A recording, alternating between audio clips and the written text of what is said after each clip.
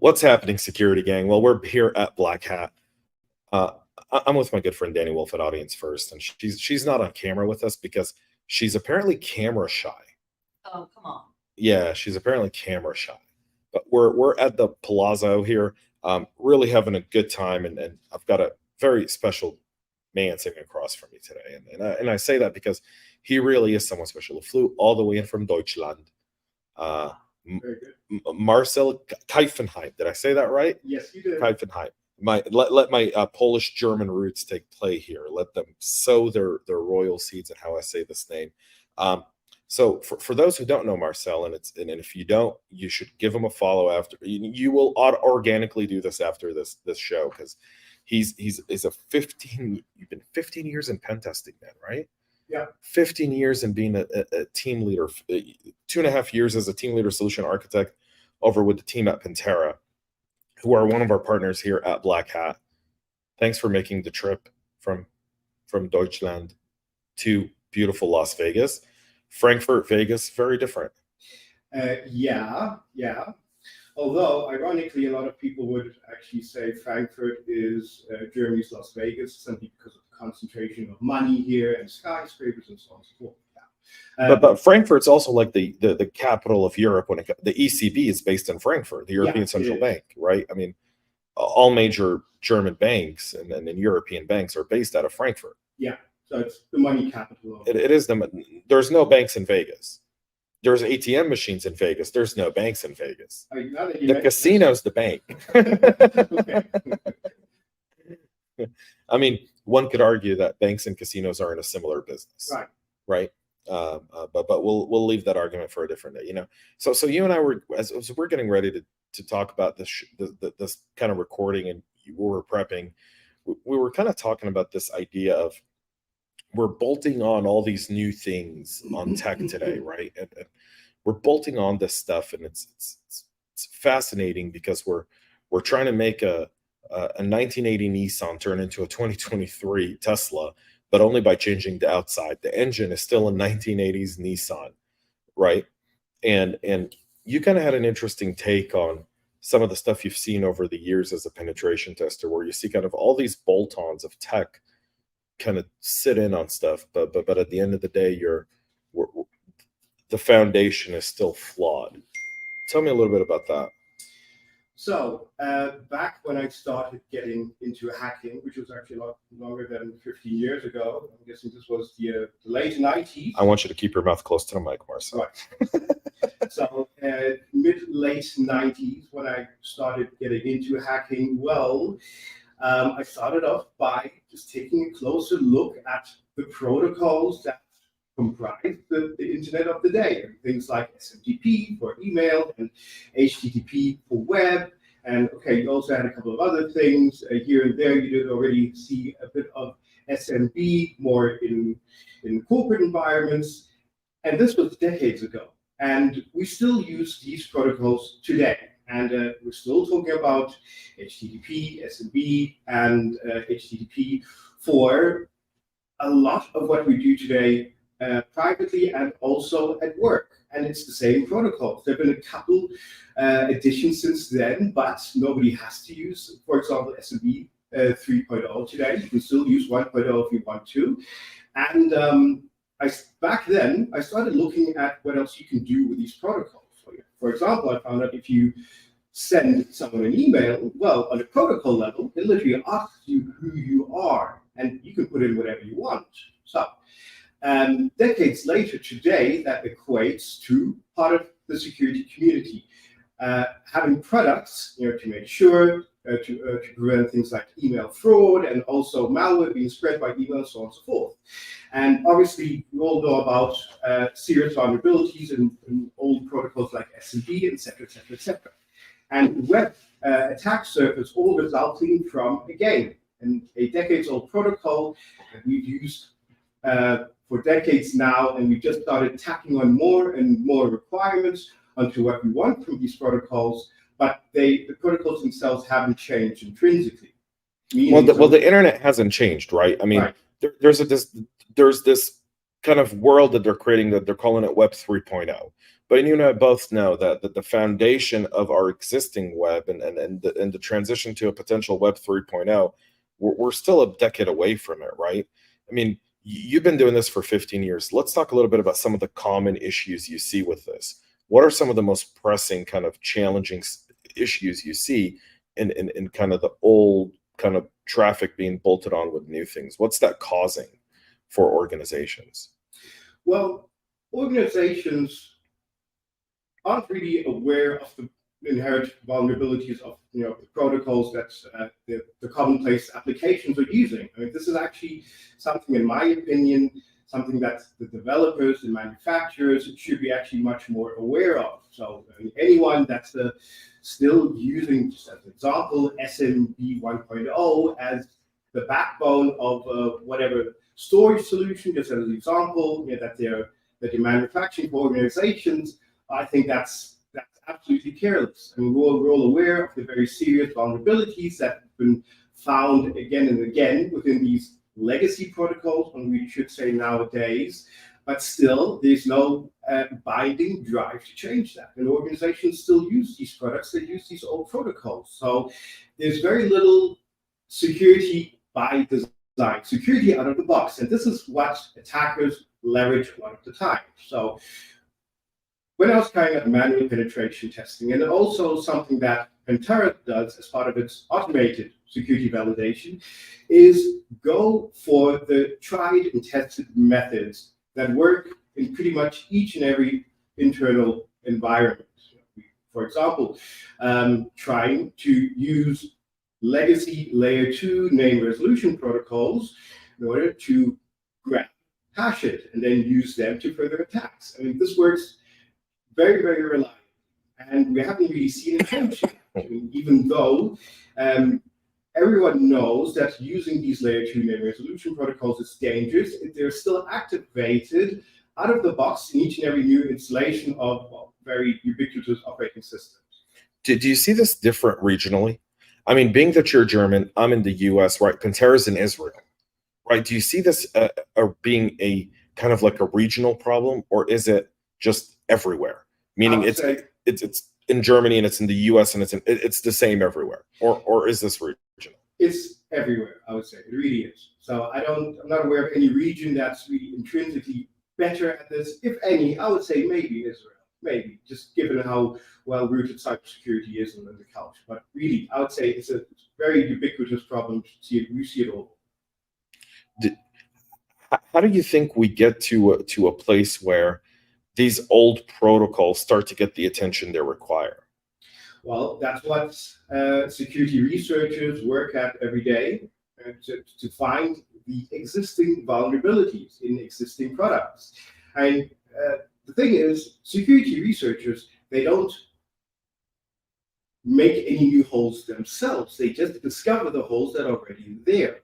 And bringing these to the attention of the vendors via the usual responsible disclosure is what needs to continue happening. We need to make sure that the manufacturers know that there are vulnerabilities in the protocols and the technologies they use, so they can continue improving the products, sending out patches, and so on and so forth. But the real change needs to happen on a manufacturer. So let's talk about the real change at the manufacturer level, right? Because at the end of the day, there's talk of standards. Right. I've yet to see a regulation prevent a vulnerability. I've yet to see a regulation prevent a breach. You're not kind of talked about this a little bit.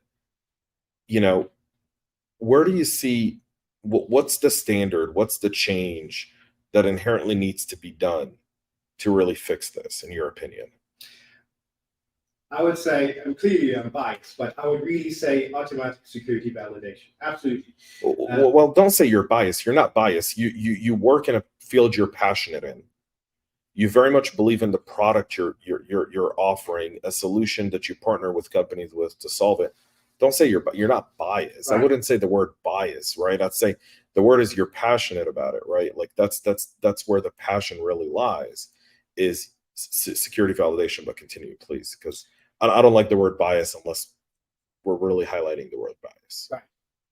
So as long as manufacturers use protocols and technologies that we know open up attack surface to attackers, well, then as long as organizations keep using these products, well, this attack surface is always going to be there, which is also why attackers, be it penetration testers, red teams, or actual cyber criminals, always have a couple of things that they're going to try out in each and every new engagement, because they know that some very ubiquitous products and operating systems, obviously not going to mention any names, that use old, vulnerable protocols. So there's always going to be that level of lowest hanging fruit present in each and every environment, as long as the manufacturers are still using these vulnerable protocols. And organizations need to keep on checking whether they're effective. And it has to be said, not everyone, also the security team of an organization, is a cybersecurity expert. And that's still a different discipline. So you still do need this attacking expertise applied in some way, manual or even better in an automated manner, just to always be aware of the vulnerabilities that might have been introduced to your organization with the next new product that you might have bought and implemented. Yeah, so you bring up, as a practitioner, right? You bring up something that is constantly on my mind, and it's constantly on my mind for a multitude of reasons. One, I don't always have that visibility, right? I don't always know the bottom line protocol that sits on a company until I do some sort of security validation at some point or another. And typically, you can't do that security validation before you buy, right? Because we know the process is someone goes out and says, we need to buy tool X, and whatever product that is. All right, it goes through the standard third party, vendor management program, goes through all kind of the validations, the security questionnaires, the risk score. You get an implementation plan. Security sometimes sees the implementation plan, sometimes it doesn't, right? And then what ends up happening in a lot of these cases is this product gets put on my environment, giving you first world experience here, right? And my vulnerability management team, my automated testing team, will give me a ring and go, we've got a critical or a high vulnerability coming from this endpoint with this product, from this API or this interconnection. And you bring it up to the vendor. So I'll, reach out to the vendor, do responsible disclosure on our end as a partner, right? We're a customer. My team found something, and through our, automated security validation of the product, however we implemented it. And what happens there is typically their security team gets extremely defensive, right? And we're told it doesn't have impact on product. Now, had I known that before I implemented it, before my company done all of that, that's a different world. But I don't think we're there yet, right? I mean, I'm not, do you think there's a way to do security validation prior to a potential implementation? Well, absolutely. So a lot of manufacturers do also do their own in-house testing and fuzzing and so on and so forth, and probably do find a lot of vulnerabilities on their own before bringing out the new version of a new product. Fine. But humans being fallible, there's always going to be some vulnerability that doesn't get found by their own testing before they bring out the new version. It gets found by someone else, either by a bad person that might end up then being a zero-day vulnerability, or by a security researcher that then responsibly discloses it. But there's always going to be a vulnerability of some sort in any new product, and that's just the nature of IT. So we're always going to need validation after a product's been brought out, after it's been implemented. Because it also has to be said,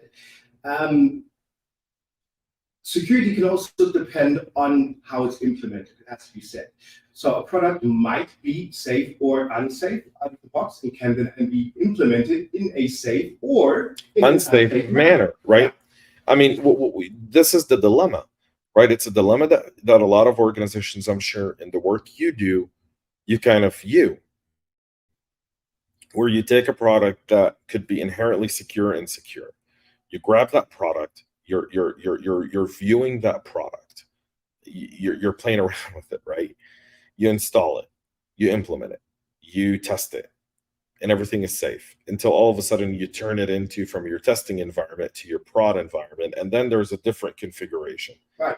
And that different configuration is the difference between a vulnerability and a threat to security. Right. And depending on the constellation of products and protocols and technologies involved, well, then there might end up being a vulnerability in a product or an operating system that simply wasn't detectable before that. I mean, so how often do you see that, Marcel? We see that actually every now and then. Every now and then we identify attack vectors, or really, let's say the research community in general identifies attack vectors that combine a number of different products and technologies and components, and individually they don't present any sort of serious attack surface. They don't. Absolutely nothing to be exploited in. But in combination, using one bit of information here, using one CVE over here, and then using that to extract a bit of information from the next component, and so on and so forth. In combination, then that actually defines a very exploitable, very serious attack vector. So that happens as well. So I don't want to put responsibility completely into individual manufacturers' shoes, because it has to be said, one component alone might be completely safe. And in a real-life environment, in a combination with other products, and in combination with certain specific configurations that the manufacturer simply might haven't been able to foresee, well, then a new attack surface presents itself, but that simply couldn't have been detected beforehand. So we're always going to need an element of validation after the implementation. See, as well. You're bringing up something that I think is a challenge for so many practitioners of the trade of cybersecurity, right? And information security and data security. And this is kind of how we kicked off this episode, right? We were talking about a 2023 Tesla is what we're all trying to build, a shiny box that's effective, that's convenient, that's modern, yet the engine isn't a battery engine. So it's a Tesla body, but you see it at the gas station because it's running a 1980s Nissan engine. And we're bolting on all these things, and we're not really thinking of the fact that the bottom line engine is old, it's flawed, it's vulnerable, it's inherently out of touch with today's environment, right? And so we look at people like you, Marcel, security researchers, pen testers, white hat hackers, right? I know we're at BlackHat, but white hat hackers, the people who believe in responsible disclosure and ethics. And how do we go about solving this? I mean, how do we go about really creating an environment where the base of it is a modern engine rather than the old one? Well, it really needs to come bottom up. So we really do need to modernize and secure the underlying protocols and technologies that products are built up on. So that does need to happen, but again, that needs to happen on a manufacturing level. Okay. So let's talk about that for a second, because we've talked about the manufacturer level. We haven't dug deep. Let's dig into that for just a moment. If a customer doesn't select it from a manufacturer, if I don't make it a requirement to buy, then it doesn't get met, right? Do you agree with that statement? Yeah. It's fair to say that if the market says do X, you do X. And we see that, by the way, staying on the car example. If you look at every single new car, 2021, 2020, 2021 and above, new cars only, they all have these really big screens in the middle, right? These really big touch screens. That was kind of like a Tesla, a staple. And then everyone was like, well, that's really cool. Let me get a big screen in my middle console. And every car manufacturer in the world started doing that, right? Customers asked for it, they delivered it. Now they introduce a whole new set of challenges and vulnerabilities to the car market, but hey, who cares? There's a big shiny screen there that you can stream Netflix on while you're driving, right? How do we do that with manufacturers? How does the customer come to the manufacturer and say, you need to build a big screen that's secure, that inherently fixes the flaws in these products? That's hard. And that's also going to be difficult because some of the manufacturers that really perpetuate attack surfaces that attackers use all the time. Some of these manufacturers have an absolute monopoly on their market. And again, I'm not going to mention any names, but let's say the world of operating systems, there might be a few big players whose operating systems still today even include, let's say, these age-old layer 2 name resolution protocols that any penetration tester or cyber criminal is going to leverage in any internal engagement. And if you have a manufacturer that has this absolute monopoly on their market, well, they can do pretty much what they want. The industry isn't going to refuse the operating system of X, Y, or Z and then completely alter. So that's not going to happen because business needs to continue today as well. And that also brings me then to the next thing that I think that needs to happen in order to really bring about real change, is that apart from manufacturers, also we all, on a consumer level, and firstly, I mean organizations, we need to be aware of the fact that products that we implement might bring vulnerabilities. And this is just reality. We want this to change, sure, but it's not going to change overnight. And we still need to keep on doing business in that time, and we still need to be able to secure our business in the time. So that time, sorry, go ahead. No, please finish your thought. In that time, we need to make sure that our IT infrastructures are secure while knowing that they're not going to be secure out of the box. And things with individual products that might be secure in the manufacturer's perspective might end up not being secure in my implementation. So also there, I need to make sure that my own environment is secure. So that's my responsibility as an organization. It's not exclusively the manufacturer's responsibility. And then at the last level, the individual. That's you, me, at work, and also outside of work, we need to make sure that we adhere to sensible security practices. So I love what you just said. Now let's take that a bit deeper, because I think there's something that we fail to do as security practitioners, and to the audience listening or watching, this isn't a plug, but this is true. We don't practice security the way we do business. And here's what I mean by that. If your business operates 24/7, 365, and you do security 9 to 5, Monday through Friday, you're failing your business. If your business operates 24/7, 365, then you need to be practicing security 24/7, 365. Yeah. And that includes doing validation of your stack 24 hours a day, 7 days a week, 365 days a year. That's actually an extremely important point. It reminds me of one of the epiphanies that I had when I came to Pentera.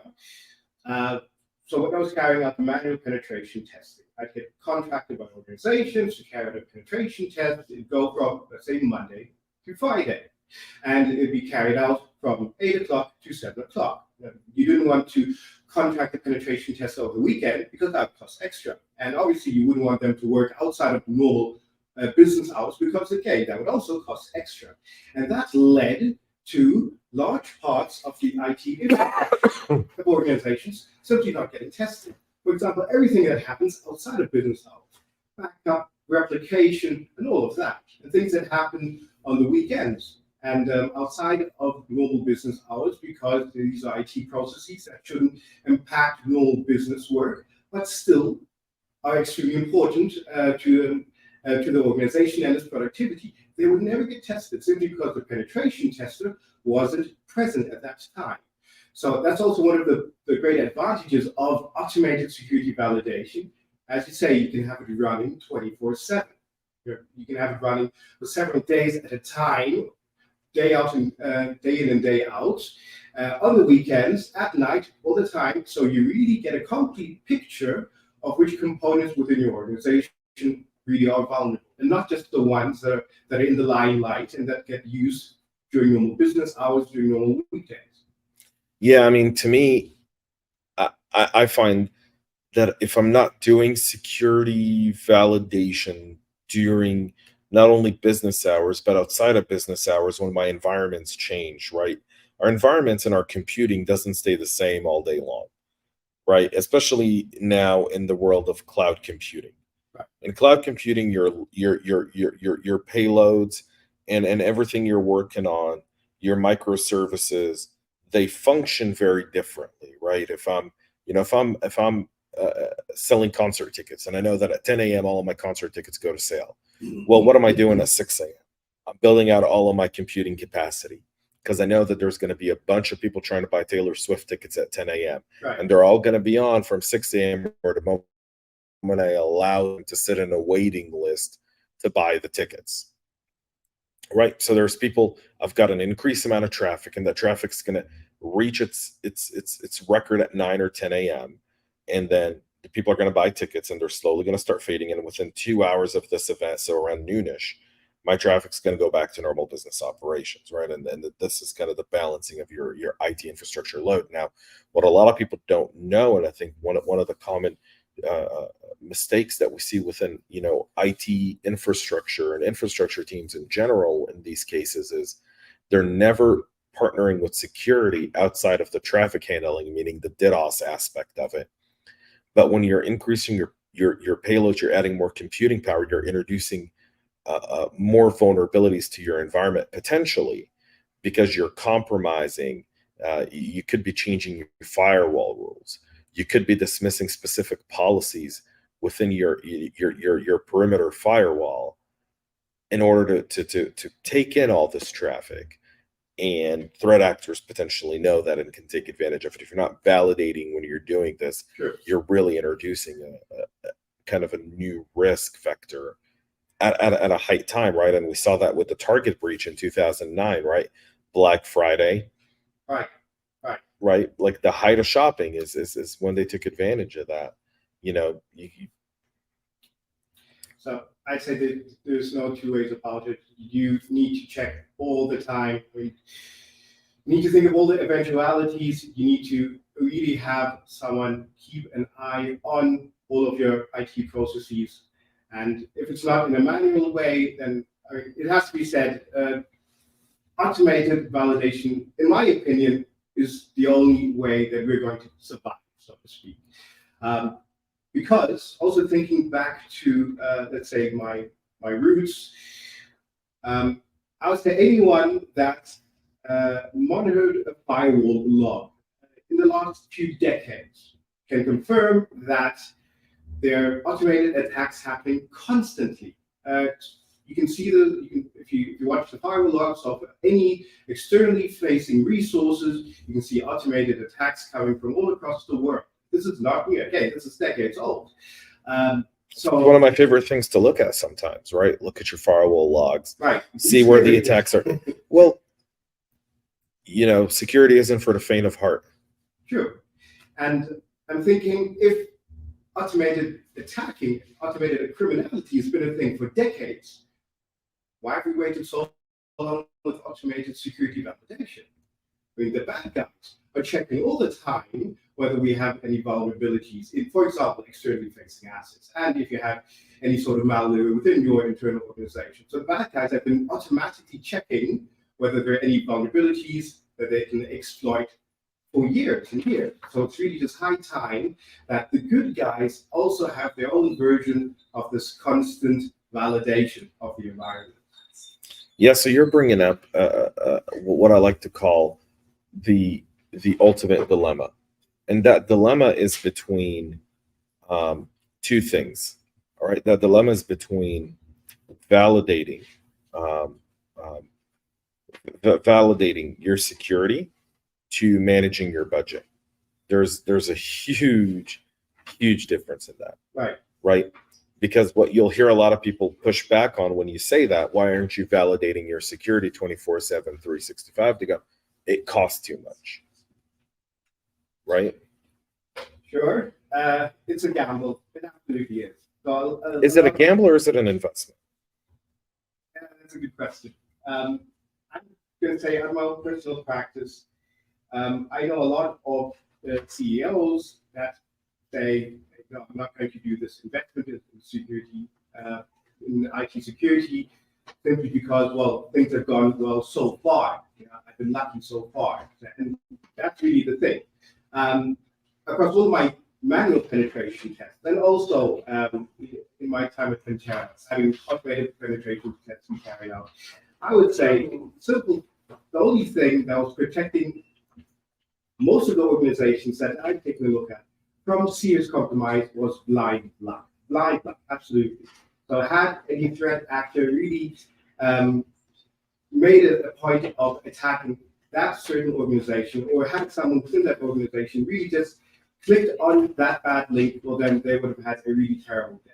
So it's really been just blind luck protecting a lot of organizations, and this really does lead a lot to a lot of decision makers, CISOs and CEOs saying, hey, I've been okay so far, why should I do this really big security investment?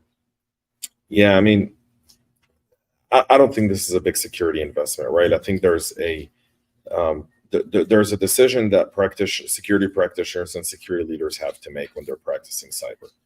The decision is risk. Do I want to know my risk? My risk doesn't exist between 8 to 5 or my business hours. My risks exist 24/7, 365.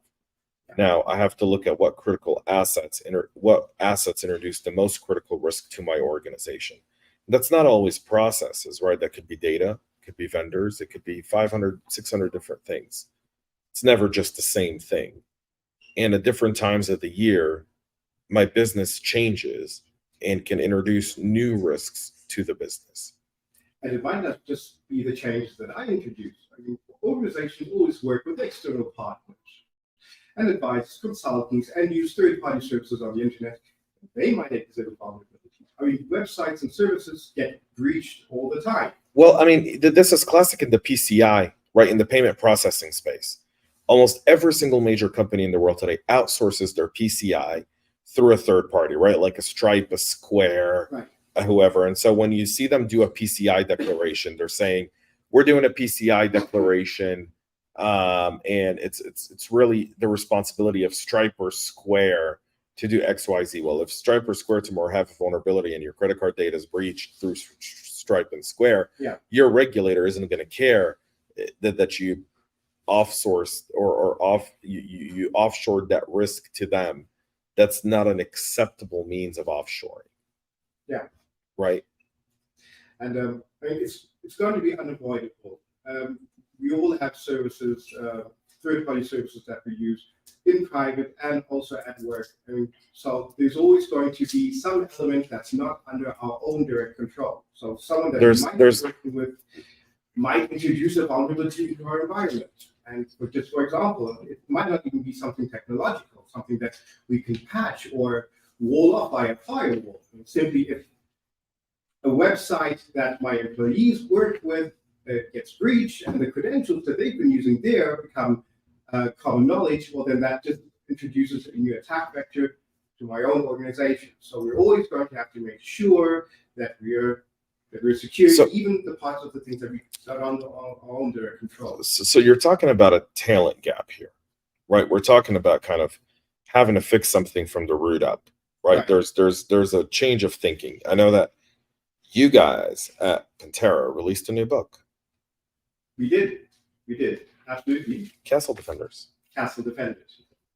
Mommy's late for dinner again, and Em and Oliver are frustrated.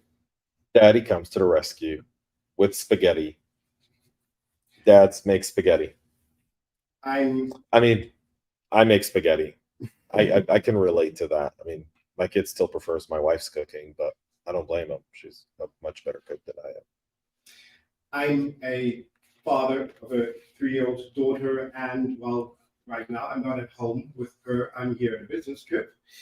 And one of the ideas behind this book, and I love our marketing department for this, is the idea of giving recognition to all the cyber defenders out there. Yep.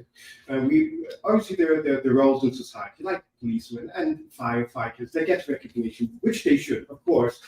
But there's also the role of, I would say, cyber defender that deserves a lot of recognition that they simply don't get. For example, every time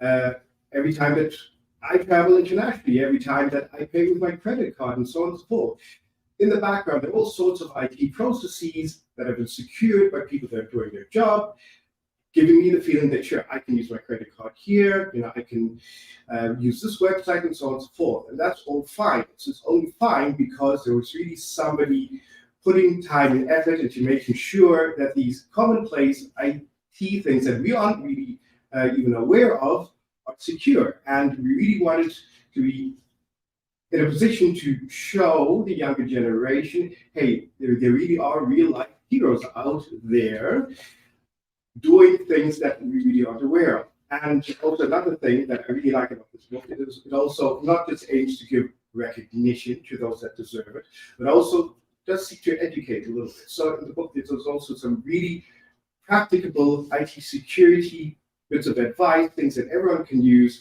And personally, I would say the thing that moves me, and also my wife the most, is the fact that maybe one day, and when I manage to teach her to read, then she'll be able to understand why daddy's constantly business trips, why he works long hours, and so on and so forth. So she can also get a read and understanding of that. And who knows, maybe she might step into my footsteps someday, something that I think we all hope, from a legacy perspective, that our kids follow a path if we've taken an honorable path. Fair? Yeah. Like Hollywood tends to glamorize the criminals and the fact that their kids become criminals after them. And I think we've kind of reached the idea where we as practitioners of security, as people who want to do the good well, we want to responsibly disclose the work that the important work that you and Pentera do, the work that I do, the work that Danny does, and Brian and Adi and Alyssa and everyone else here do, right? That it's work that will never, cops are never recognized until they do something bad. Also true. Practitioners are the same way. No one knows who we are until there's a breach. And then when there's a breach, there's what I like to call the armchair quarterbacking. Well, they should have done this. And then you've got what I like to call the sly salespeople who go, well, if they only had me, then that would have solved all their problems, Buy my box. My box solves all your problems. It's just IT security when it doesn't work. Yeah. Unfair. Very similar to, you brought up fire and police, right? Fire doesn't make it to a fire on time. That's when everyone goes, why didn't the fire make it on time? Yeah.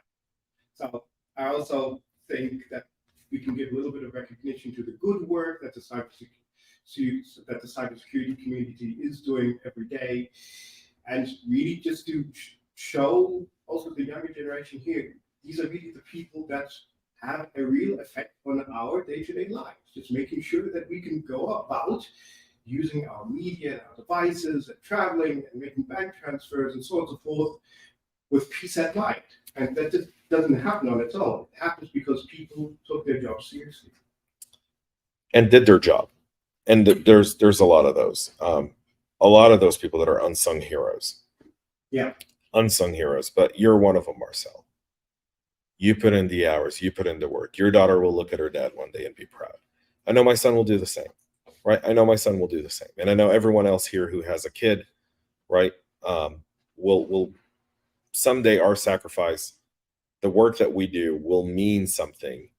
And unfortunately, that work never means anything. Unfortunately, and I say this because it's unfortunately that it has to go that way, until you prevent or recover from something really, really, really bad. Right.